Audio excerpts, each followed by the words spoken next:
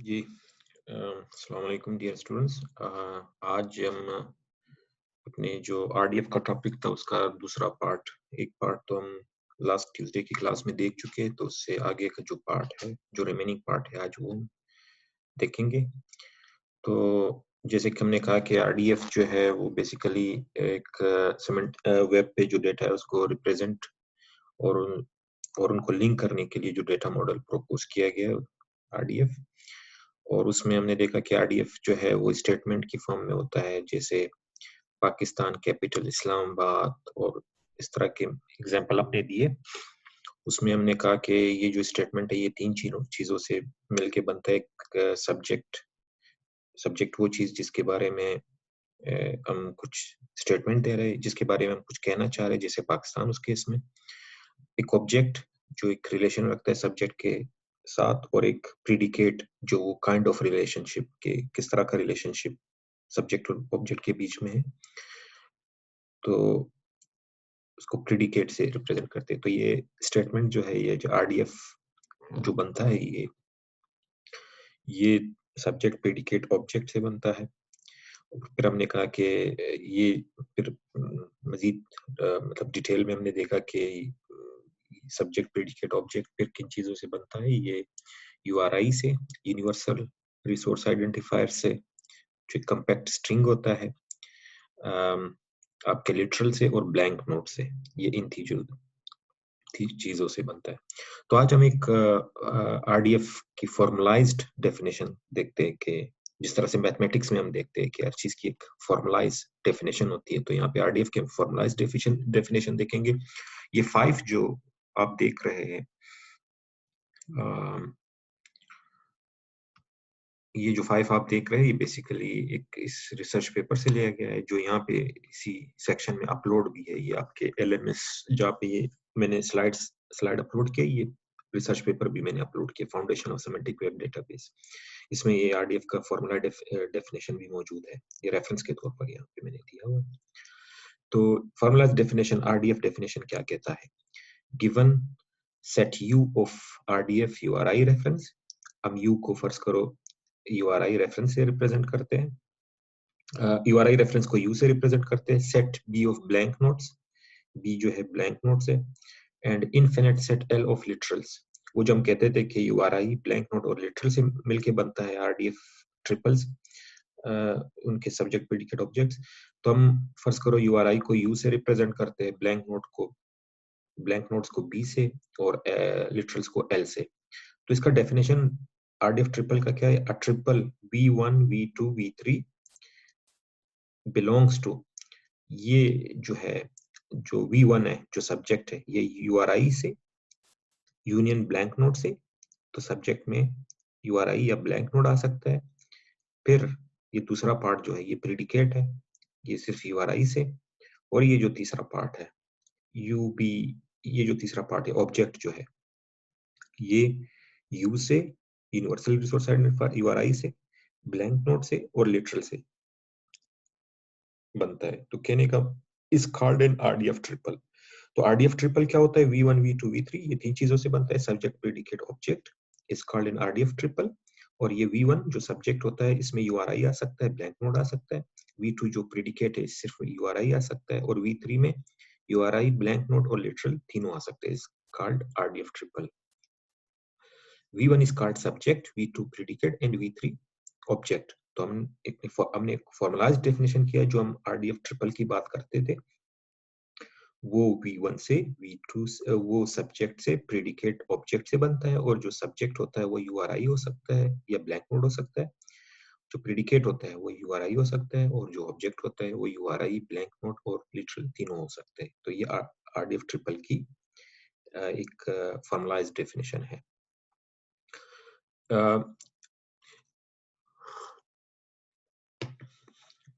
We can note that literal can appear only as object value।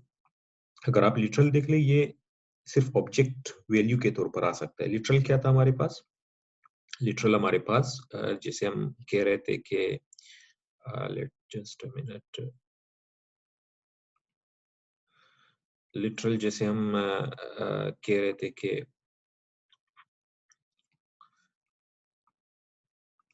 Literal, जैसे हम let's say हम कहते थे कि नेम, मतलब थॉमस एक लिटरल है। तो ये जो लिटरल है ये कहाँ पे आ सकता है? सिर्फ ये सिर्फ दोबारा से मैं अपने उस पे चले जाता हूँ। तो we can note that literal can appear only as a object. इस तरह का जो लिटरल होता है, जो कोटेशन मार्क्स में होते हैं, वो सिर्फ ऑब्जेक्ट वैल्यू के तौर पर आ सकता है। और ब्लैंक नोट बी जो है वो कहाँ पे आ सकता है? ब्लैंक नोट में अपीयर एज ए सब्जेक्ट, ये सब्जेक्ट के तौर पर भी आ सकता है यहाँ पे, देखिए हम। और ये एज ए ऑब्जेक्ट वैल्यू भी आ सकता है, और ऑब्जेक्ट ब्लैंक नोट सब्जेक्ट भी आ सकता है, ऑब्जेक्ट भी आ सकता है। और URI can appear in all 3 positions, but लेकिन URI जो है ये सब्जेक्ट में भी आ सकता है,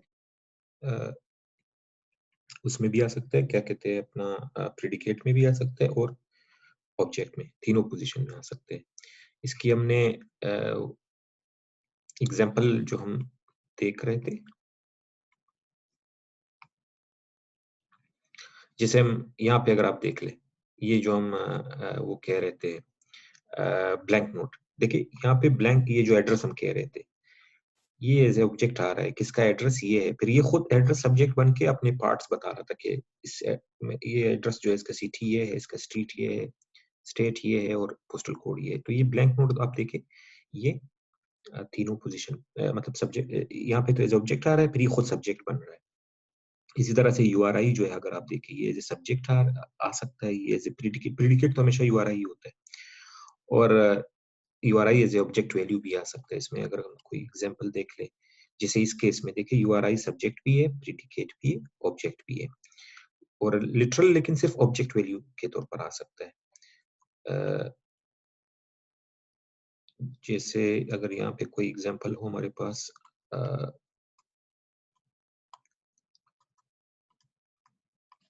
जैसे ये एग्जांपल है कि देखिए, ये यहाँ पे URI as a object value आ रहा है। तो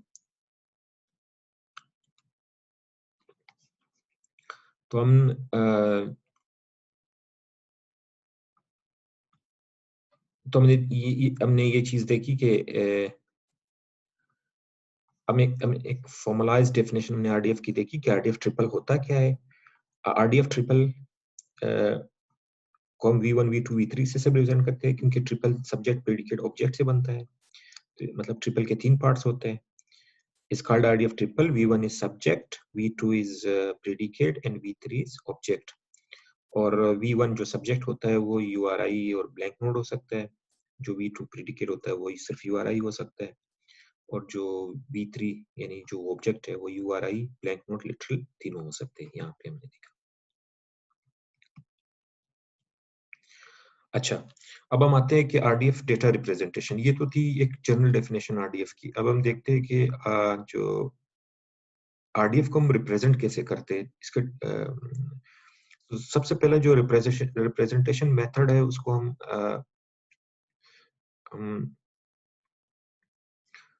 इसको हम n triple रिप्रेजेंटेशन कहते हैं। It is the simplest way of RDF representation which encode RDF data by listing its triple one by one. इस रिप्रेजेंटेशन में कहता है कि ये आप लिस्ट करें RDF ट्रिपल्स को one by one n representation में। For example, following is n triple representation of RDF statement. एक आपके पास स्टेटमेंट है, RDF statement, Anne is mother of Clara। Anne जो है वो मदर ऑफ क्लारा है। तो आप वो बोलते हैं n ट्रिपल रिप्रेजेंटेशन आप इस तरह से करते हैं। ये सिंपलेस्ट RDF रिप्रेजेंटेशन है जिसमें आप ट्रिपल को वन बाय वन लिखते हैं। जैसे ये statement Anna is mother of Clara, तो आप क्या कहेंगे कि Anna सब्जेक्ट है। फॉर एग्जांपल, example.com relatives, हमने कहा था ये नेम स्पेस, इसके बाद जिसके बारे में आप कहना चाहते हैं तो वो आइडेंटिफायर है, जैसे Anna है यहाँ पे इस केस में। Anne relatives mother of Anne mother of Clara। तो ये सब्जेक्ट, ये प्रीडिकेट, ये ऑब्जेक्ट।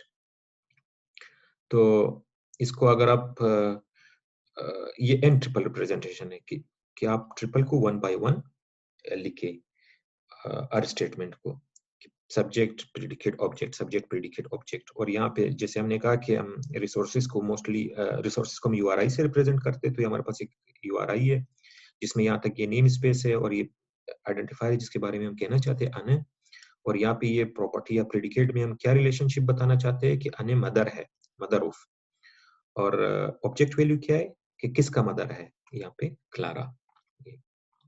तो ये एन ट्रिपल रिप्रेजेंटेशन है। ये बहुत फर्स्ट रिप्रेजेंटेशन थी कि जब आरडीएफ प्रपोज किया गया था। अच्छा, दूसरा रिप्रेजेंटेशन जो है उसको नोशन 3 कहते हैं, इसको N3 भी कहते हैं, नोशन 3 या N3। It extends N triple format by providing special constructs that allow encoding of triple in more compact way. ये N3 बेसिकली N triple को एक्सटेंड करता है। ये भी वही रिप्रेजेंटेशन है, लेकिन ये क्या करता है, उसको थोड़ा सा एक्सटेंड करता है ताकि ट्रिपल्स को मोर कम्पैक्ट वे में लिख सके, मतलब मुख्तसर तौर पर मजीद उसको लिख सके एन ट्रिपल्स फॉर्म को। तो N3 बेसिकली एक रिप्रेजेंटेशन मेथड है आरडीएफ का कि ट्रिपल्स को इसे कम्पैक्ट वे में, इसको मुख्तसर तौर पर हम लिख सके।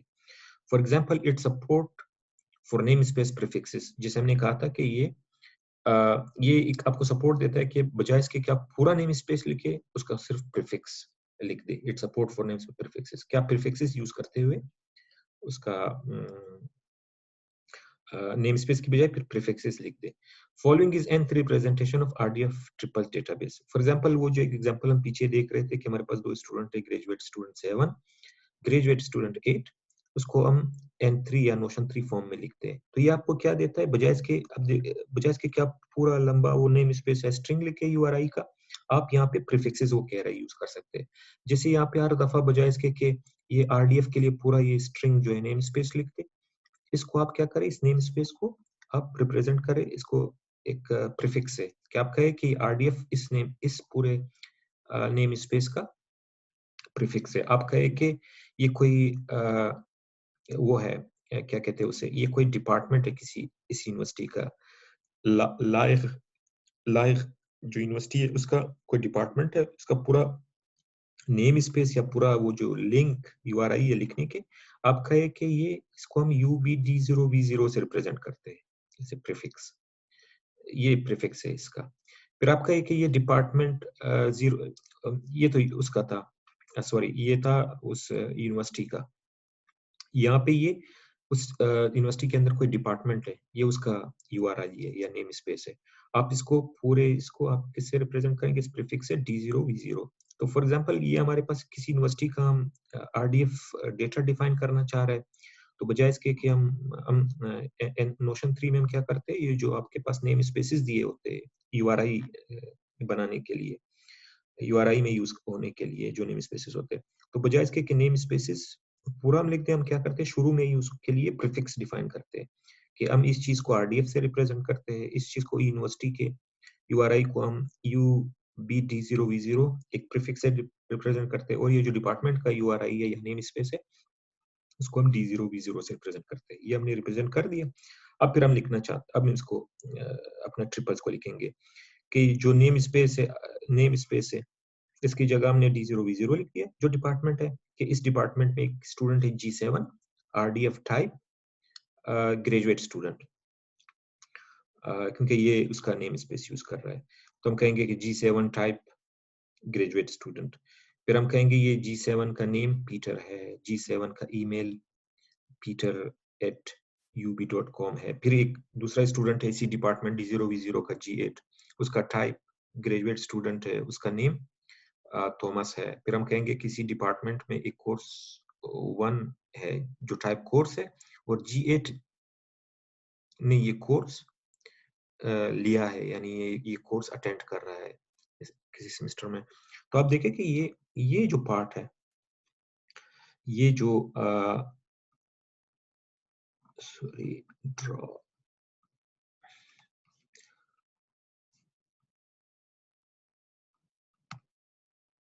तो अगर आप देखें ये वाला जो पार्ट है, असल आपके पास आरडीएफ का जो है वो असल पार्ट ये है।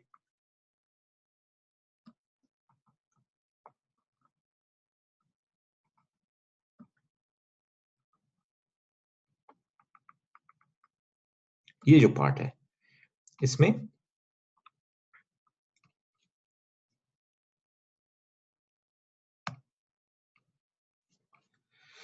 ये जो पार्ट है असल ये है आपके पास, ये आपके पास जो चीजें है कोलन से पहले, ये बेसिकली किसी नेम स्पेस को रिप्रेजेंट कर रहा है, क्योंकि ये यूआरआईज है सारे, ये यूआरआईज है, ये तो लिटरल है, ये यूआरआईज है, D0 V0 किसी यूआरआई को रिप्रेजेंट कर रहा है, नेम स्पेस को, और उसका प्रीफिक्स D0 V0 है। तो आप अब ये देखिए नोशन 3 में आप ट्रिपल्स को कंपैक्ट वे में लिखते हैं, बजाय इसके कि ये पूरा D0 V0 UB, बजाय इसके पूरा ये लिंक लिखने के,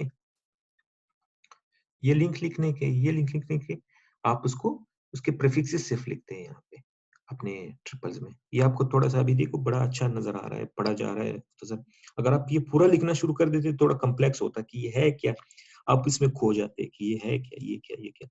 तो उस चीज से आपको बचाने के लिए वो कहता है कि बजाय इसके कि आप पूरा ये नेम स्पेसिस लिख दे, आप उसको शुरू में ही डिफाइन कर दे कि ये इसकी जगह में ये प्रीफिक्स यूज कर रहा हूँ, इसकी जगह में आरडीएफ यूज कर रहा हूँ, इस नेम स्पेस की जगह में इसका मैंने ये रख दिया, इसकी जगह मैंने नेम स्पेस ये रख दिया, अब प्रीफिक्स मैंने ये रख दिया। फिर आप बजाय इसके कि ये पूरा ये वो करने के लिए वो यूज करें अपने ट्रिपल्स में, आप उसका प्रीफिक्स यूज करें तो वो आपके पास बड़ा कम्पैक्ट वो आ रहा है। तो ये एन नोशन 3 रिप्रेजेंटेशन है। अब हम अच्छा मैं इसको क्लियर कर दूं।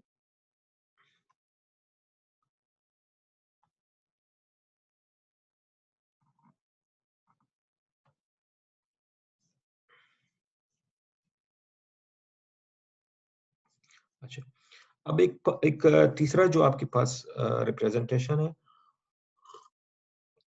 वो आरडीएफ एक्सएमएल रिप्रेजेंटेशन है, कि आप अपने आरडीएफ ट्रिपल्स को एक्सएमएल फॉर्म में भी लिख सकते हैं।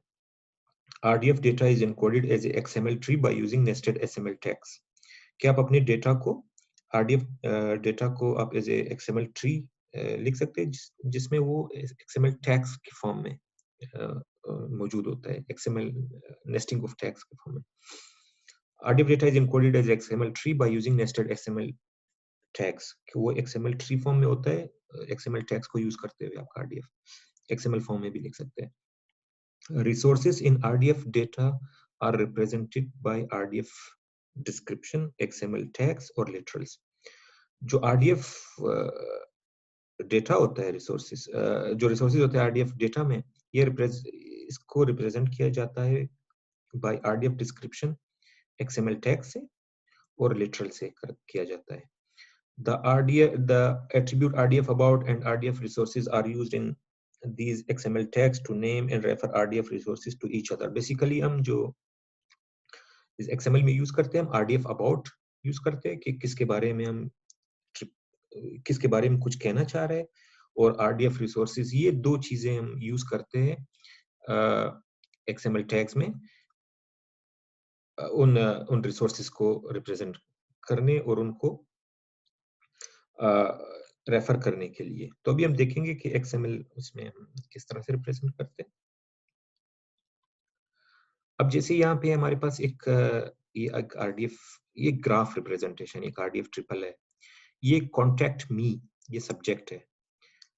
कॉन्टेक्ट मी कोई सब्जेक्ट है किसी के बारे में, आप कॉन्टेक्ट मी, आपका कोई विजिटिंग कार्ड है, लेट से आप कहते हैं कॉन्टेक्ट मी, ये आपके पास इसके बारे में आप कहना चाहते हैं। तो इसका टाइप क्या है, ये पर्सन है। जाहिर है आप अपने बारे में, आपका विजिटिंग कार्ड है, आप अपने बारे में बताना चाहते हैं, तो कॉन्टेक्ट मी अपने बारे में बताना चाहते हैं, तो टाइप पर्सन आप बताते हैं कि मतलब मैं जो अपने आप को बताना चाह रहा हूँ, मतलब कॉन्टेक्ट मी कोई भी विजिटिंग कार्ड है जिसके बारे में ये बनाया गया है, वो टाइप क्या है, पर्सन है, ये उसके बारे में बनाया गया है। इसका ये टाइप क्या है, पर्सन है। ये जो भी है जिसके बारे में कुछ बताया जा रहा है, ये क्या है, टाइप पर्सन, ये कोई पर्सन है। नेम, इसका नेम जो है इरिक मिलर है। इसका ये जो कार्ड है जिसके बारे में बताया जा रहा है कि ये टाइप पर्सन है, इसका नेम इरिक मिलर है, कोई लिटरल है। इसका मेल बॉक्स या email address, mail to EM, ये है इसका ईमेल एड्रेस, ये है। और टाइटल क्या है, डॉक्टर है। तो बेसिकली ये कोई विजिटिंग कार्ड है, तो ये इस विजिटिंग कार्ड के बारे में बता रहा है कि टाइप, ये विजिटिंग कार्ड किसके बारे में, किसी पर्सन के बारे में, और वो पर्सन कौन है, इरिक मिलर है, उसका ईमेल एड्रेस ये है, उसका टाइटल डॉक्टर है। ये आपके पास एक RDF आप देखिए ये आपके पास 3-4 ट्रिपल बन रहे हैं। पहला ट्रिपल तो ये है कि जिसके बारे में आप कह रहे हैं, हमेशा हमेशा आरडीएफ में आप क्या लिखते हैं? सबसे पहले उसका टाइप लिखते हैं कि ये है क्या जिसके बारे में आप कुछ कहना चाह रहे हैं। ये कोई विजिटिंग कार्ड है, तो आप कहते हैं कि ये टाइप पर्सन है, ये किसी मतलब किसी पर्सन का विजिटिंग कार्ड है, टाइप पर्सन। या ये जो है जिस रिसोर्स के बारे में मैं कुछ कहना चाह रहा हूँ, ये जो डॉक्टर इरिक मिलर है, कोई रिसोर्स है, डॉक्टर इरिक मिलर के बारे में जो कुछ कहना चाह रहा हूँ, ये टाइप पर्सन है, उसका नेम इरिक मिलर है, उसका ईमेल एड्रेस ये है, उसका टाइटल डॉक्टर है, ये तो कोई डॉक्टर है। तो ये 4 ट्रिपल्स है आपके पास, पहला, दूसरा, तीसरा, चौथा। अब आप उसको क्या कहते हैं? आपने इसको एक्सएमएल फॉर्म में रिप्रेजेंट करना है, इसकी एक्सएमएल रिप्रेजेंटेशन। तो एक्सएमएल रिप्रेजेंटेशन आप इस तरह से करते हैं, सबसे पहले तो आप एक्सएमएल अपना डिफाइन करते हैं कि एक्सएमएल वर्जन 1 कौन सा एक्सएमएल आप यूज कर रहे हैं, ये हो गया। फिर आप RDF tag start, RDF tag close, जो कुछ आप लिखना चाहते हैं इस आरडीएफ टैग में लिखते हैं। कि जैसे ये आपके पास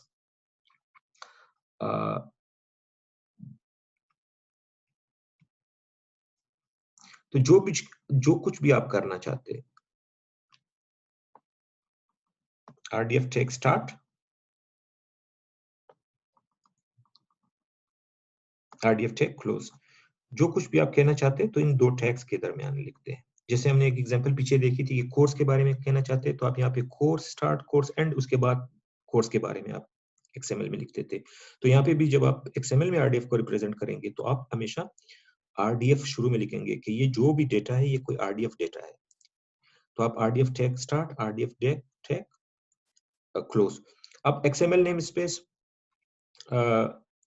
कोलन आरडीएफ आप क्या करते हैं? जैसे वहां पे हम करते थे कि आप बजाय इसके पूरा ये नेम स्पेस लिखते हैं, आप इसका, अब देखिए यहाँ पे आपने इसका प्रीफिक्स लिख दिया कि इस चीज को हम आरडीएफ से रिप्रेजेंट करते हैं, इस पूरे नेम स्पेस को, और इस पूरी चीज को, और इस पूरी चीज को एंड तक, इसको आप कहते हैं कि मैं इसको कॉन्टैक्ट से रिप्रेजेंट करूंगा। तो आप प्रीफिक्स आपने डिफाइन कर दिया, इस नेम स्पेस के लिए आरडीएफ, इस नेम स्पेस के लिए कॉन्टैक्ट। अब आप अपना लिखना शुरू कर देंगे कि कॉन्टैक्ट पर्सन, मतलब ये पूरा देखिए आप यहाँ पे, ये पूरा आपके पास नेम स्पेस था, सॉरी, ये आपके पास पूरा नेम स्पेस था em करके। अब आप ये पूरी चीज को आप उसको आप किससे रिप्रेजेंट कर रहे हैं? कॉन्टैक्ट से। तो आप कहेंगे कि मेरा कॉन्टैक्ट पर्सन जिसके बारे में मैं कहना चाह रहा हूँ, अबाउट मी, आप इसके बारे में कुछ कहना चाह रहे हैं, सब्जेक्ट। तो कॉन्टैक्ट पर्सन अबाउट, आप इस विजिटिंग कार्ड या इस बंदे, इसके बारे में कहना चाह रहे हैं, इस बंदे के बारे में कहना चाह रहे हैं। तो इस ये सबसे पहले आप कहेंगे कि ये किसके बारे में आप कहना चाह रहे हैं? इसके बारे में आप कहना चाह रहे हैं, पर्सन अबाउट इस बंदे के बारे में। तो आप पहले कहेंगे कि कॉन्टैक्ट फुल नेम, इसका फुल नेम ये इरिक मुलर, इसका ईमेल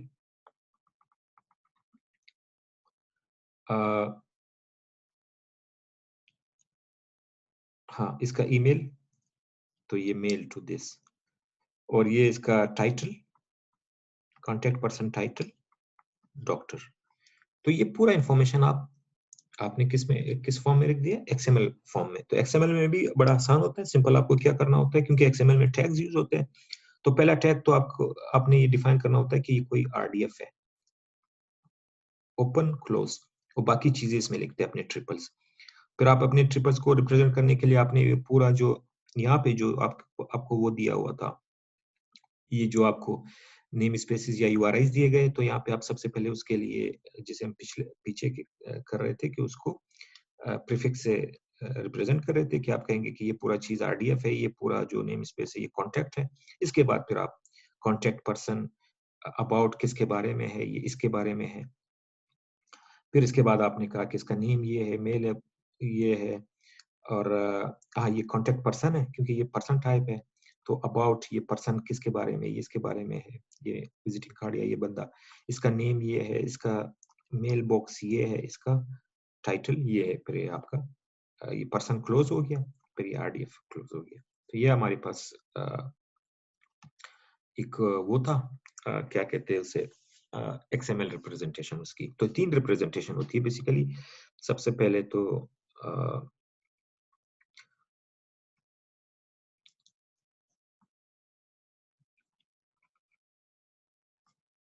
तो आपके पास बेसिकली तीन रिप्रेजेंटेशन होती है। एक ट्रिपल रिप्रेजेंटेशन जिसमें आप जो भी नेम स्पेस दिया हुआ है या यूआरआई दिया है एज इट इज लिखते हैं, मतलब।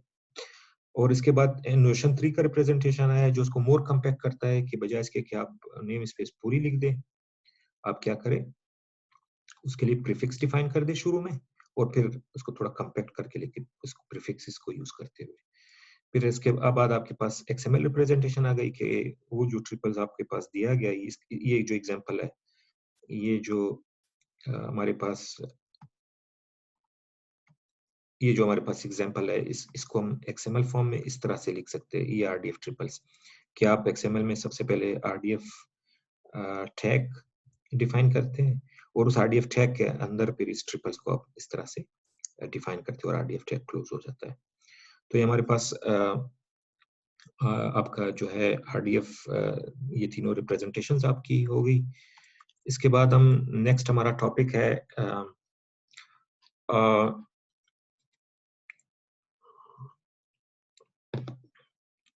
एक चीज होती है राइफिकेशन। RDF में राइफिकेशन क्या होती है कि आप इसका मैं एग्जांपल से आपको समझा दूं कि आपके पास जब कोई स्टेटमेंट होती है तो आप उस स्टेटमेंट के बारे में भी ट्रिपल्स बना सकते हैं। जैसे जैसे ये आपके पास कोई ट्रिपल है, कोई भी ट्रिपल है आपके पास जो आपने लिखा है, तो आप कहेंगे कि ये कोई ट्रिपल है, उसका सब्जेक्ट ये टाइप स्टेटमेंट है, ये कोई स्टेटमेंट है। अब अब अब अब इसके बारे में आप मजीद अभी उसको कहेंगे कि इसका सब्जेक्ट ये है, इसका प्रीडिकेट ये है, इसका ऑब्जेक्ट ये है। कोई आपके पास ट्रिपल था जिसमें किसी आइटम के बारे में बताया था, ये आइटम 10245 के इसका वेट 2.4 है। कोई आपके पास वो था। यहाँ पे मैं वो करता हूँ, ये टेक्स्ट, यहाँ पे बेसिकली अगर आप देखें बेसिकली क्या था, यहाँ पे अगर आप इस ट्रिपल को देखें, ये कोई ट्रिपल है 1 2 3 4 5, ये कोई ट्रिपल है जिसके बारे में बताया गया था कि ये आइटम जो है 10245 10245 ये कोई आइटम है, कोई मतलब प्रोडक्ट है। इसका वेट कितना है? 2.4 है, 2.4 है इसका वेट। कोई आइटम है, उसका वेट, आइटम जिसका वो जो कोड है 10245 है, उसका वेट 2.4, ये कोई ट्रिपल है। अब राइफिकेशन में क्या होता है, ये खुद एक स्टेटमेंट है या खुद ट्रिपल है। तो इसी के बारे में हम कहना चाह रहे हैं कि ये किसने कहा है, ये मतलब मजीद इसके बारे में कि ये बताया किसने कि ये इसका वेट ये है। तो अगर आप इसको राइफिकेशन में आप कहते हैं कि मजीद आप उसके बारे में जो कुछ कहना चाहते हैं, तो हम कहेंगे कि ये जो 1245 है बेसिकली ये एक ट्रिपल है, ये ट्रिपल है ये। तो हम कहेंगे इस टाइप स्टेटमेंट, ये एक स्टेटमेंट है या एक ट्रिपल है। इसका सब्जेक्ट क्या है, ये आइटम 10245, ये 10245 इसका सब्जेक्ट ये है। इसका प्रीडिकेट क्या है, वेट, प्रीडिकेट वेट है इस ट्रिपल का।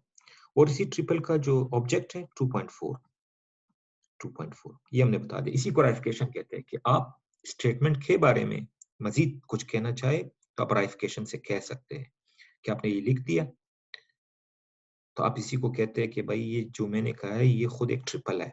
और इस ट्रिपल ये टाइप क्या है, ये खुद क्या है, एक स्टेटमेंट है।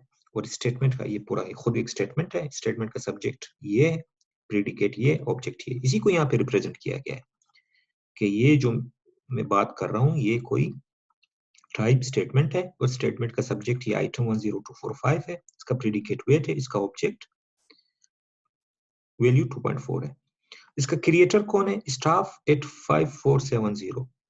इसको ये जो स्टेटमेंट जिसने लिखा है कि इसका वेट ये है, जाहिर है कोई जब भी कोई बड़ा आपके पास स्टोर होता है या वो होता है जो कहता है कि इसका वेट किसने कहा था, किसने वेट किया था उसको, तो उसका कहने वाला कौन है, तो उसका वो ये स्टाफ है जिसकी आईडी 85740 है।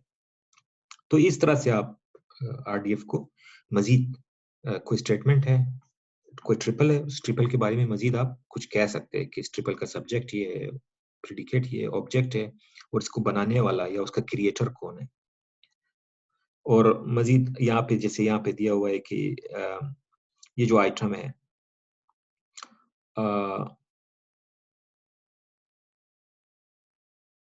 2.4, हाँ ये देखिए यहाँ पे वो ट्रिपल खुद भी दिया गया है कि जैसे 1024 वेट 2.4, ये ट्रिपल खुद भी दिया गया है यहाँ पे, मतलब पार्ट है उसी उसका।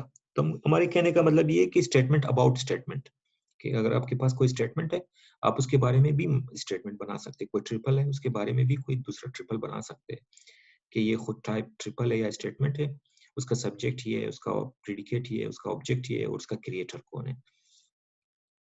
An RDF statement can itself be a resource, जैसे यहाँ पे ये कह रहा है कि हमारे पास जो ये RDF स्टेटमेंट है कि आइटम 10245 वेट दिस, ये खुद रिसोर्स बन सकता है, ये खुद सब्जेक्ट बन गया। अब ये खुद सब्जेक्ट बन गया, इसके बारे में हम मजीद कह सकते हैं कि इसका सब्जेक्ट कौन है, इसका प्रेडिकेट क्या है और इसका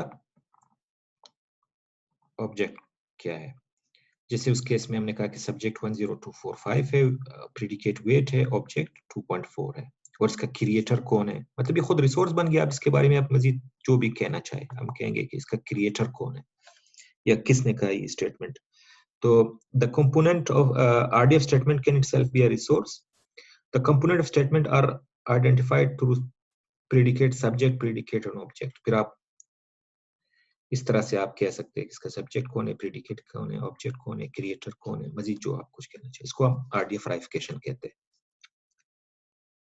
हम नेक्स्ट स्लाइड्स पे चले जाते हैं।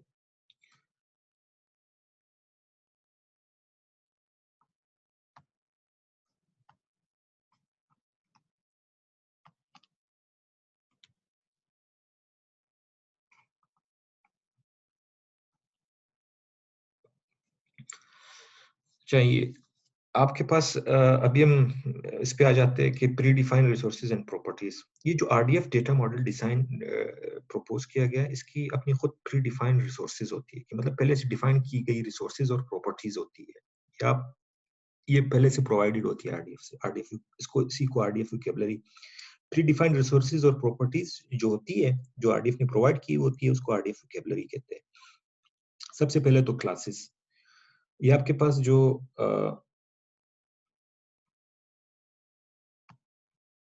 क्लासेस जो प्रोवाइड किए, जैसे प्रॉपर्टी है RDF property, RDF statement, XML literal, sequence, bag, alternative, list, ये आपके पास क्या है, RDF के प्रीडिफाइंड क्लासेस है।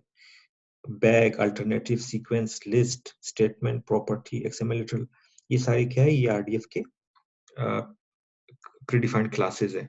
और प्रॉपर्टीज क्या है, जैसे RDF टाइप, जैसे हम अभी पीछे देख रहे थे कि हम कहते हैं कि इट इज, ये RDF टाइप दिस, तो RDF टाइप बेसिकली प्रॉपर्टी है प्रीडिफाइंड।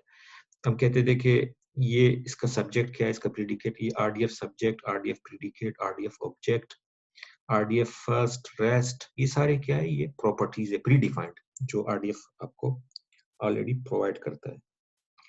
RDF नील, ये सारे ये रिसोर्स है।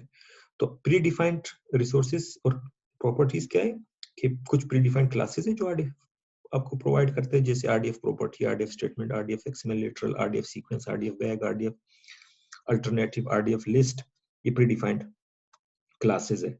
और इसी तरह से आपके पास प्रीडिफाइंड प्रॉपर्टीज है, जैसे RDF type, RDF subject, RDF predicate, RDF object, first, rest, इस तरह की RDF प्रॉपर्टीज है, ये प्रीडिफाइंड है।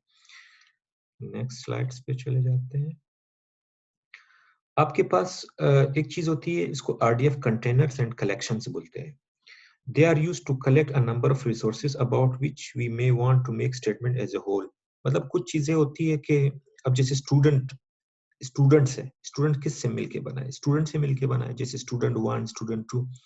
तो ये बेसिकली RDF कंटेनर या कलेक्शन यूज होता है ताकि इन रिसोर्सेज को इकट्ठा किया जा सके और इसके बारे में मतलब कलेक्टिवली आप कह सके, स्टूडेंट्स के बारे में आप कलेक्टिवली कह सके, ये नहीं कह रहे स्टूडेंट के बारे में अलग अलग कहे। So the container या collection जो है RDF container collection, they are used, ये use होता है to collect a number of resources about which we may want to make statement as a whole. ये basically resources को इकट्ठा करने के लिए यूज होता है जिसके बारे में हम कुछ एज ए होल स्टेटमेंट देना चाहते हैं. तो टाइप ऑफ कंटेनर्स क्या है? बैग हो सकता है container, unordered set of items. Type of containers में या बैग हो सकता है जो है अनऑर्डर्ड सेट ऑफ आइटम्स है, या सीक्वेंस हो सकता है ऑर्डर्ड सेट ऑफ आइटम्स, या अल्टरनेटिव हो सकता है ऑल्ट सेट ऑफ अल्टरनेटिव्स. और कलेक्शंस की टाइप क्या है? लिस्ट है. तो जो कंटेनर और कलेक्शन की जिसकी बात कर रहे हैं, तो कंटेनर्स बैग हो सकते हैं जिसमें जो आइटम्स होते हैं वो अनऑर्डर्ड होते हैं, सीक्वेंस जिसमें जो आइटम्स होते हैं वो ऑर्डर्ड होते हैं, और अल्टरनेटिव जो सेट ऑफ अल्टरनेटिव्स होते हैं. तो कंटेनर्स या बैग हो सकता है, या सीक्वेंस हो सकता है, या अल्टरनेटिव्स हो सकता है. और कलेक्शन जो होता है उसकी सिर्फ एक ही टाइप होती है, list. Collection differ from container in allowing branching structured and in having an explicit terminator. हम देखेंगे कि collection जो है वो इससे container से इस तरह से differ करता है कि आपको allow करता है collection कि आप इसकी branching करें और किसी end पे जाके उसको terminate करें. हम देखेंगे इसकी example collection की. So no RDF defined semantics. This is up to the application.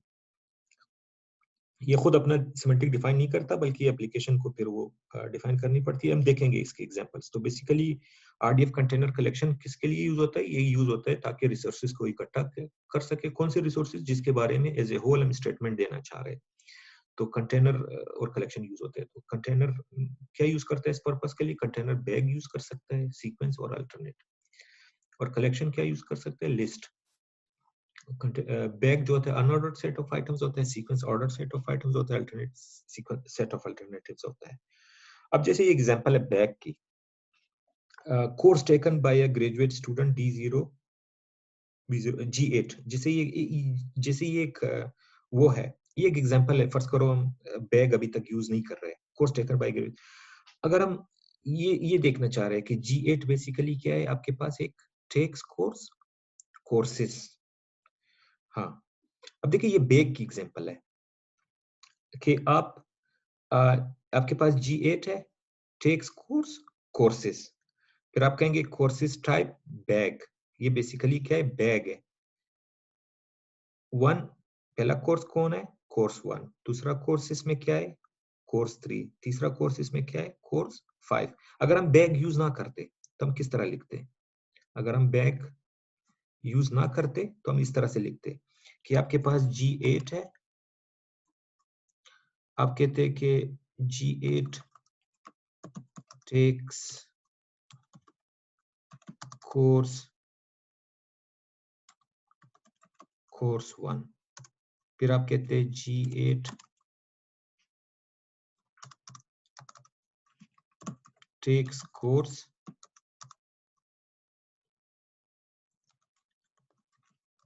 3. फिर आप कहते हैं G8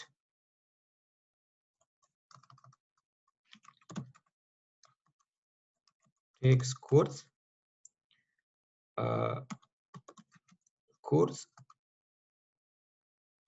5. ठीक है. तो इसी एग्जांपल को मैं थोड़ा सा इसको ये ऊपर ले जाऊं. तो इसी को आप बजाय इसके कि takes course 1, takes course 3, takes course 5, तो आप बैग में इसको इस तरह से लिखते हैं कि आप कोर्स 1, कोर्स 3, कोर्स 5 को क्या करो, मतलब उसके लिए एक बैग बना दो. तो आप क्या कहेंगे कि आप कहेंगे कि कोर्सेज के नाम से आप सिंपल ये कह दे कि ये जो G8 है, आप सिंपल ये कह दे कि जो ग्रेजुएट स्टूडेंट 8 है टेक्स कोर्सेज. एक बैग बना दो कोर्सेज के नाम से, और यहाँ पे आपने डिफाइन कर दिया कि ये जो मैं कह रहा हूँ कोर्सेज इस टाइप ऑफ आरडीएफ बैग. ये बेसिकली एक बैग है, और उसमें जो कोर्स 1 है उसका वो जो बैग है उसका पहला कोर्स 1 है, उसका दूसरा कोर्स 3 है, और उसका तीसरा कोर्स 5 है. आपने एक बैग डिफाइन कर दी कोर्सेज की कि मेरे पास एक कोर्सेज की एक बैग है जिसमें ये 3 कोर्सेज है, कोर्स 1, कोर्स 3, कोर्स 5.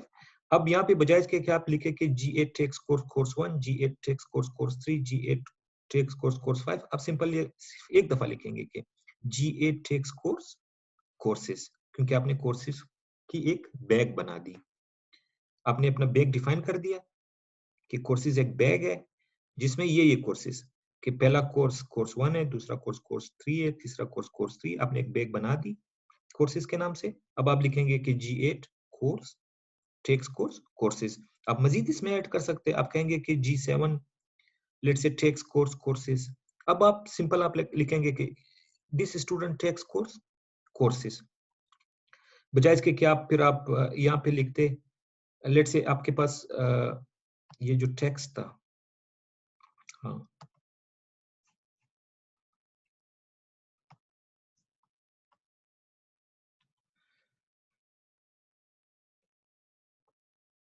वो जो आपके पास कोर्स लेट से एक और स्टूडेंट है G7, वो भी ये तीनों कोर्सेज ले रहा है, course 1, G7 takes course 3, G7 takes course 5। तो ये एक दूसरा स्टूडेंट भी यही कोर्सेज आ रहा है, तो देखो कितने ज्यादा हो जाते हैं। कर स्टूडेंट के बारे में आप लिखे कोर्स, तो अगर आप सिर्फ यहाँ पे जैसे बैग्स आप यूज कर रहे हैं, आप सिंपल लिखेंगे कि ये कोर्स 1 कोर्स 3, ये बेसिकली आपके पास एक वो है, क्या कहते हैं उसे, सिंपल आप कहेंगे कि आपके पास कोर्सेज टाइप बैग है और उसमें ये कोर्सेज पड़े हुए, और ऊपर आप सिर्फ डिफाइन करेंगे G8 टेक्स कोर्सेज। इसी तरह से आप लिखेंगे कि G9 G7, बजाय इसके कि पूरा लिख दे, आप कहेंगे कि टेक्स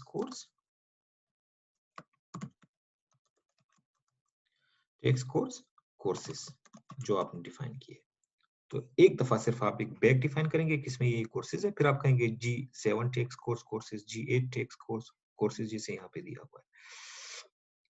तो ये बैग की एग्जांपल थी, क्योंकि ये अनऑर्डर्ड लिस्ट होते हैं, जरूरी नहीं कि मतलब ये सीक्वेंस हो, आप कुछ किसी भी उसमें अंदाज में यहाँ पे देखे डाल सकते हैं।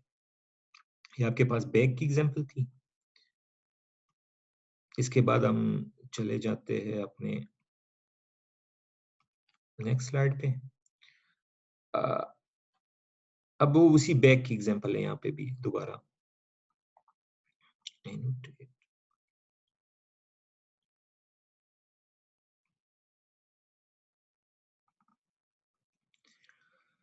जैसे ये है आपके पास, ये है कोई ये कोई बैग है कोर्स का, तो आप इसके लेट से स्टूडेंट टेकन द कोर्स, ये आपके पास क्या है बेसिकली, ये कोई बैग है कोर्स है, ठीक है। स्टूडेंट्स, इसके स्टूडेंट्स के बारे में आप कुछ कहना चाहते हैं, तो ये एक बैग है लेट से ब्लैंक नोट, ये आपके पास स्टूडेंट टेकन द कोर्स 6, तो ये स्टूडेंट ब्लैंक नोट है। ये बेसिकली क्या है, एक बैग है क्योंकि आप स्टूडेंट्स के बारे में कुछ कहना चाह रहे हैं। अब उल्टा करके देखते हैं कि ये कोर्स है, इस इसकी स्टूडेंट्स कौन है, मतलब कौन कौन से स्टूडेंट्स ये कोर्स 6001 ले रहा है, ये जो कोड है इस कोर्स का, कौन कौन से स्टूडेंट्स ले रहा है, तो इसके स्टूडेंट्स। तो अब यहाँ पे बजाय इसके कि वो स्टूडेंट्स का अलग अलग करके लिखे, आप कहेंगे कि ये और ये क्या है, ये बैग है। फिर आप कहेंगे कि इसका पहला स्टूडेंट ये है, दूसरा स्टूडेंट मोहम्मद है, तीसरा स्टूडेंट जॉन है, तीसरा स्टूडेंट मारिया है, चौथा स्टूडेंट फुंग है। तो आप सिंपल क्या करेंगे कि ये कोर्स है, स्टूडेंट्स, अब बजाय इसके कि स्टूडेंट्स अलग अलग करके लिख दे, आप कहेंगे कि ये क्या है, एक बैग है, टाइप बैग। फिर आप इस बैग के हर स्टूडेंट्स के बारे में बताएंगे, क्योंकि ये एक स्टूडेंट बैग है, इसका पहला स्टूडेंट ये है, दूसरा ये है, तीसरा ये है, चौथा ये है, पांचवा ये है। तो ये बैग बेसिकली, आप बैग हमने डेफिनेशन पढ़ी थी कि आप क्या कहेंगे कि बजाय इसके कि हर स्टेटमेंट को अलग अलग लिखे, आप क्या करेंगे, रिसोर्सेज को इकट्ठा करें। जैसे यहाँ पे ये स्टूडेंट का बैग है, पीछे हमारे पास क्या था, वो पीछे हमारे पास ये कोर्स का बैग था कि बजाय इसके क्या बार कोर्स को हर स्टूडेंट के बारे में और कि ये स्टूडेंट ये कोर्स ले रहा है, ये बजाय इस तरह से लिखने की आप बैग क्या करता है, ये जो रिसोर्सेज है, जैसे इस केस में कोर्स है, कोर्सेज ये 1 2 3 इनको कलेक्टिवली हमने एज ए कोर्स डिफाइन कर दिया है कि ये बेसिकली क्या है, कोर्स है, टाइप कोर्स है, और वो टाइप क्या है, बैग है, उसको बैग में डिफाइन कर दिया। फिर हमने कहा कि ये स्टूडेंट ये कोर्स ले रहा है, वो हमने देखा था कि हम कलेक्टिवली जब हम रिसोर्सेज को इकट्ठा करते ताकि एज ए होल कोई स्टेटमेंट दे सके। यहाँ पे क्या था कि हमने स्टूडेंट को एक बैग में वो कर दिया, ये जो स्टूडेंट्स हैं, एमी, मोहम्मद, ये हमने कहा कि ये बेसिकली स्टूडेंट्स का हमने एक बैग बना दिया, लेट्स से आपकी क्लास का स्टूडेंट्स। फिर हमने कहा ये कोर्स है, उसके स्टूडेंट्स के बारे में बताना चाहते हैं तो हम उसके स्टूडेंट्स और स्टूडेंट्स का बैग है, ये टाइप बैग, उसका पहला स्टूडेंट ये, दूसरा ये, तीसरा ये, चौथा ये, पांचवा ये, तो ये बैग था आपके पास। और अब आते हैं वो अल्टरनेट पे। अल्टरनेट में क्या होता है कि alternate can provide alternative values for sum property. जैसे यहाँ पे आपके पास जो अल्टरनेट होता है इसमें, ये आपको अल्टरनेट वैल्यू प्रोवाइड करता है कि जैसे जब आप कुछ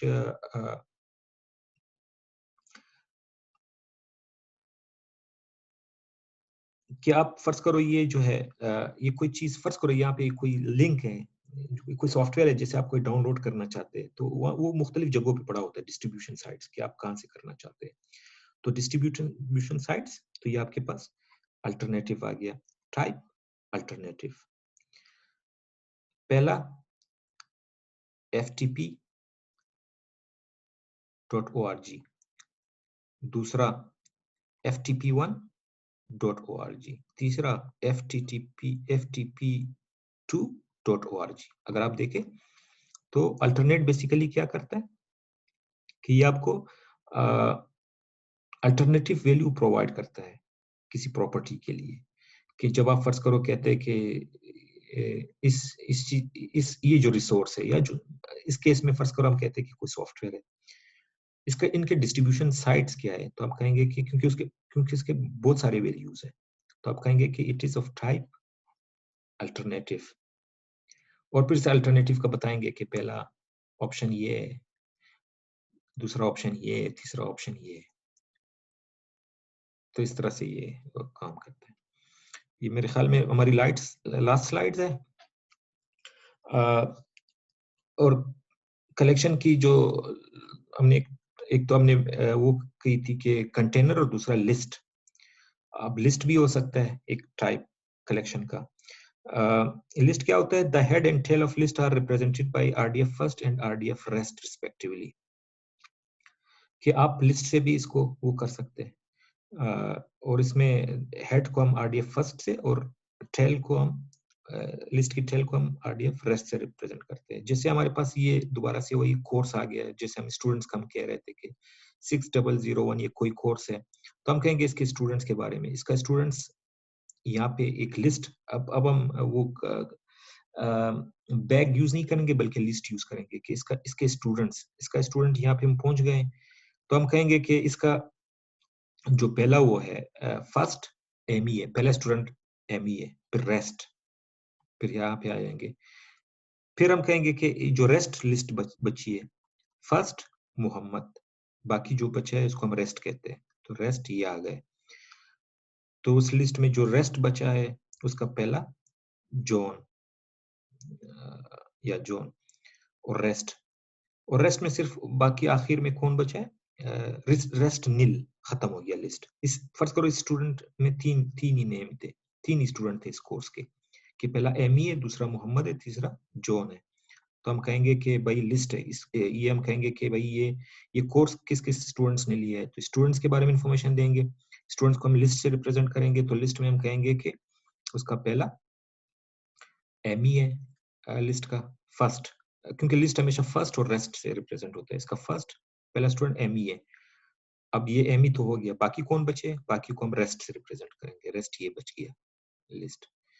उस बाकी जो बचा है उसका पहला स्टूडेंट कौन है, मोहम्मद, बाकी फिर रेस्ट लिस्ट में। फिर रेस्ट पे चले जाएंगे, रेस्ट जो है उसका बाकी जो बचा है उसका पहला कौन है, जॉन।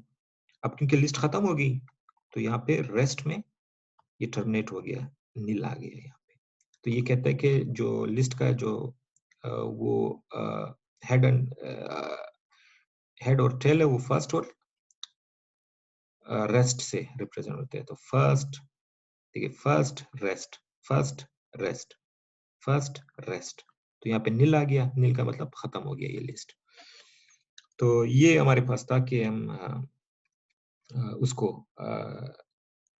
आरडीएफ जो रिसोर्सेज को हम कलेक्टिवली उसके बारे में कुछ कहना चाहे तो उसको हम बैग, उसको हम कंटेनर और कलेक्शंस में के फॉर्म में लिख सकते हैं।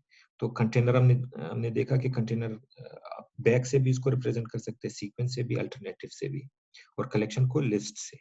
जैसे हमने यहाँ पे कहा था कि अगर आपके पास आप एक कोर्स का एक बैग बना ले, फिर उसी को आप बताए कि उस कोर्स में एक कोर्सेज का एक बैग बना ले, बताए इसमें कौन कौन से कोर्सेज है, फिर बताए कि ये स्टूडेंट ये कोर्सेज ले रहा है बैग के फॉर्म में। या यहाँ पे दिया था कि कोर्सेज की एक बैग है, उसके स्टूडेंट्स के बारे में आप कुछ कहना है कि कौन से स्टूडेंट्स ने लिया, तो आप कहेंगे स्टूडेंट्स की बैग है ये कोर्स। आप स्टूडेंट्स की एक बैग बना लेंगे कि इसके स्टूडेंट्स ये है, उसका टाइप बैग, स्टूडेंट्स का पहला स्टूडेंट ये, दूसरा, तीसरा, चौथा ये, तो ये बैग है उसका। ये बैग था आपके पास स्टूडेंट्स का, उसका पहला ये, दूसरा, तीसरा, चौथा, पांचवा स्टूडेंट्स ये बैग के फॉर्म में था। और फिर ये अल्टरनेटिव हमने देखा था कि अल्टरनेट डिफरेंट पॉसिबिलिटीज या अल्टरनेटिव वैल्यू प्रोवाइड करता है कि ये इस रिसोर्स का, इस सॉफ्टवेयर का फर्ज करो डिस्ट्रीब्यूशन साइट क्या है। तो अल्टरनेटिव में आप ये कहेंगे कि टाइप अल्टरनेटिव है, तो पहला अल्टरनेटिव ये हो सकता है, ये साइट हो सकती है, ये साइट हो सकती है। फिर हमने लिस्ट की बात की थी कि वही एग्जाम्पल कोर्सेज वाली, ये कोर्स वाली, कि ये कोर्स है, इसके स्टूडेंट्स क्या है, तो स्टूडेंट्स बजाय इसके बैग हम कहेंगे स्टूडेंट लिस्ट है। तो स्टूडेंट का पहला स्टूडेंट ये है, रेस्ट, बाकी ये बच्चे स्टूडेंट इस लिस्ट में। उसका पहला ये है मोहम्मद, रेस्ट ये इस तरह से first and rest, first rest, first rest, आखिर में जाके जहाँ पे स्टूडेंट्स खत्म होगा हम कहेंगे कि नील टर्मिनेट। तो ये आपके आज का आरडीएफ से रिलेटेड जो पोर्शन था, जो डेफिनेशन और ये वो उसका आखिरी स्लाइड था। तो इंशाल्लाह फिर हम ये चीज ट्यूसडे की क्लास में भी डिस्कस करेंगे। कोई क्वेश्चन होगा तो आप पूछ लीजिएगा। अच्छा, थैंक यू वेरी मच।